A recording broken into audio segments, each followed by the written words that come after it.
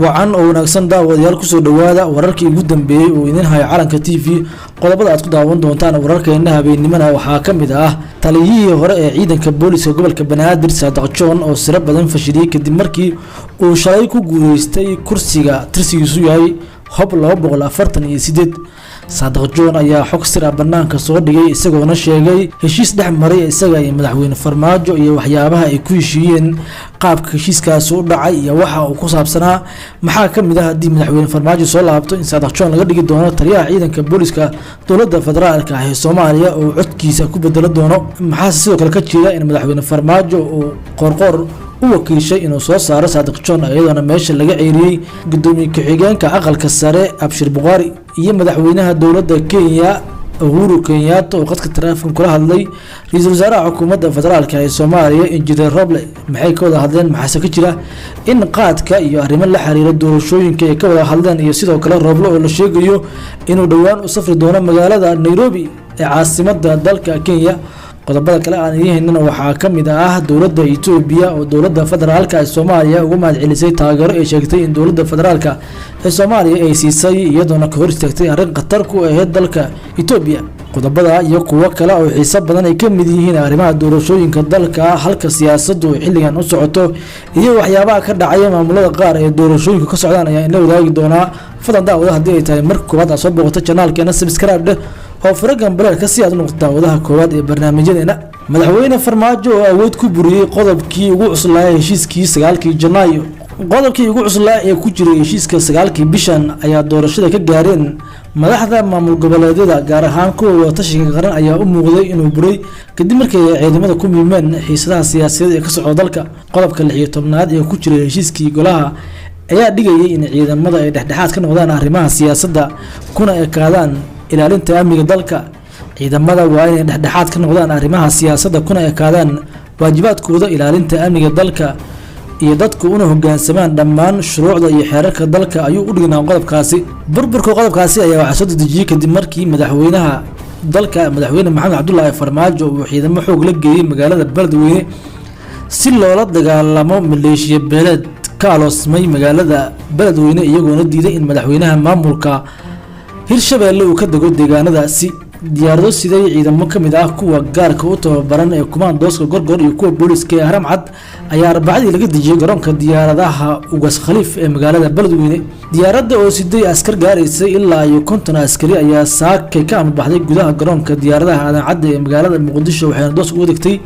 garoonka diyaaradaha Beledweyne sida ay noo xaqiijiyeen saraakiil amni sida ay ogaatay calanka TV ciidamada waxay hordhac u yihiin ilaa 400 oo askari oo dawladdu qorsheynayso in la geeyo Beledweyne oo haatan ay ka taagan tahay xiisad aad u xooggan Beledweyne ayaa waxa yaala kuraas badan oo xildhibaanada uu doonayo madaxweyne Farmaajo waxaana kamid ah kuraastaasi Faad Yaasiin Xaaji Daahir oo ahaa taliyihii NISA ugu waxqabadka badnaa ee soo maray dalka sidoo kalena hadda ah la taliyaha amniga iyo siyaasadda ee madaxweyne Maxamed Cabdullaahi Farmaajo madaxweynaha ayaa qodobkan ku buriyay awood ciidan isagoona cadeeyay in dalka uu isagu mas'uul ka yahay ciidamadana gacantiisa ay ku jiraan Roble iyo xukuumaddiisa ayaana qoraal ka soo saaray shalay walow arrinkaasi uu madaxweyne Farmaajo dhagaha ka fureystay madaxweyne Farmaajo ayaana u muuqda qof qaadaya mas'uuliyadda dalka isagoona xoog ku geey doona madaxweynaha maamulka Hirshabeelle magaalada Beledweyne kadib markii ay dhagaha ka fureysteen siyaasiyiinta ka soo jeeda deegaanadaasi inay xaliyaan khilaafka ka jira magaalada Beledweyne dhinaca kalena dowladda Itoobiya ayaa uga mahadcelisay dowladda federaalka tallaabo ay qaaday oo ay garab istaagtay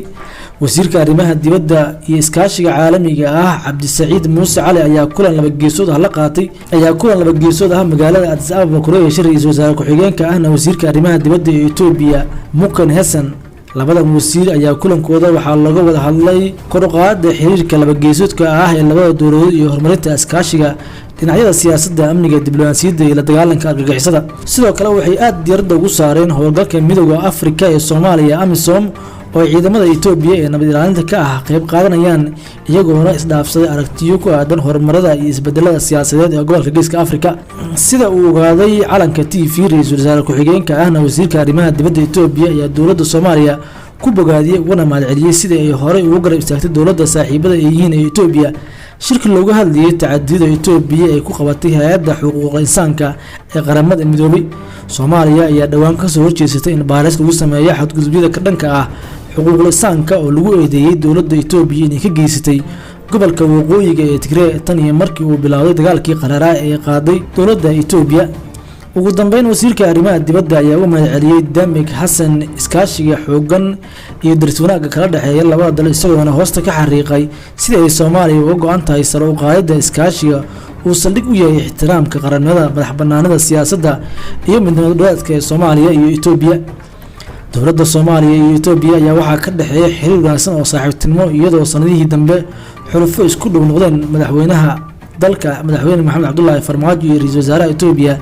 Abiy Ahmed maadaama ay ku guuleysteen in labada dal ay isaga ilaaliyaan faragelin ay isku sameeyaan. dhinaca kale ra'iisul wasaaraha xukuumadda federaalka ee Soomaaliya Maxamed Xuseen Roble ayaa la sheegayaa in kulan qadka ah uu ku dhex maray asiga iyo madaxweynaha dowladda Kenya. wararku waxay sheegayaan in Roble loo ballan qaaday lacag sidoo kale lagu wargeliyay inuu soo gaaro magaalada Nairobi. qodobada ay ka wada hadleen ayaa waxaa lagu sheegay inuu koob ka yahay qaadka ee sida loo furi lahaa iyo sidoo kale arrimaha doorashooyinka. dowladda Kenya, Djibouti iyo dalalka qaar Carabta ayaa isku dayay inay xilka ka qaadaan kursigana ka tuuraan madaxweyne Farmaajo iyagoo wada walba u soo maraya, balse markaan Kenya ayaa isticmaalaysa ra'iisul wasaare Roble iyagoona sheegaya inuu bilaabo qalqal siyaasadeed si Roble uu u furo jaadka Kenya ka imaajiri sidaasna uu ku bilaado khilaaf u dhaxeeya isaga iyo madaxweyne Farmaajo. dhawaan ayay ahayd markii khilaaf siyaasadeed oo hareeyay arrimaha doorashooyinka kaas uu asarkiisa bilaabay ra'iisul wasaare Roble, balse isagoo doorashada gacanta loo geliyay ayay dhawaan soo saareen qodobo hor loo soo siinaya arrimaha doorashooyinka, balse madaxweyne Farmaajo oo markii hore ay ka filanayeen in arrinta uu diidi doono ayaa ku raacay soo dhaweeyay. arrinta ayaan ku noqotay Roble niyad jab maadaama Roble uu diidan yahay dalka in ka dhacdo doorasho uuna doonayo in lagu kala tago inta dagaal ka dhaca magaalada Muqdisho. dhinaca kalena taliyihii hore ee booliska gobolka Banaadir Saadax John ayaa hadlay kadib markii shalay uu ku guuleystay kursiga dirsigiisu yahay 248. Saadax John ayaa sida ay calanka TV warbixinta ku horeysay waxa uu heshiis la saxiixday madaxweyne Farmaajo isagoona codkiisa dhaafsan doona inuu noqdo taliyaha booliska dowladda federaalka ah ee Soomaaliya. Saadax John oo ay saaxiib u ahaayeen madaxweyne Farmaajo iyo Xasan Cali Khayre ayaa booday kadib markii baarlamaanka Soomaaliya ay ansixiyeen in 2 sano oo dambe uu madaxweyne Farmaajo xukunka dalka sii hayo, balse in dhawaale waxaa soo baxay heshiis u dhaxeeya madaxweyne Farmaajo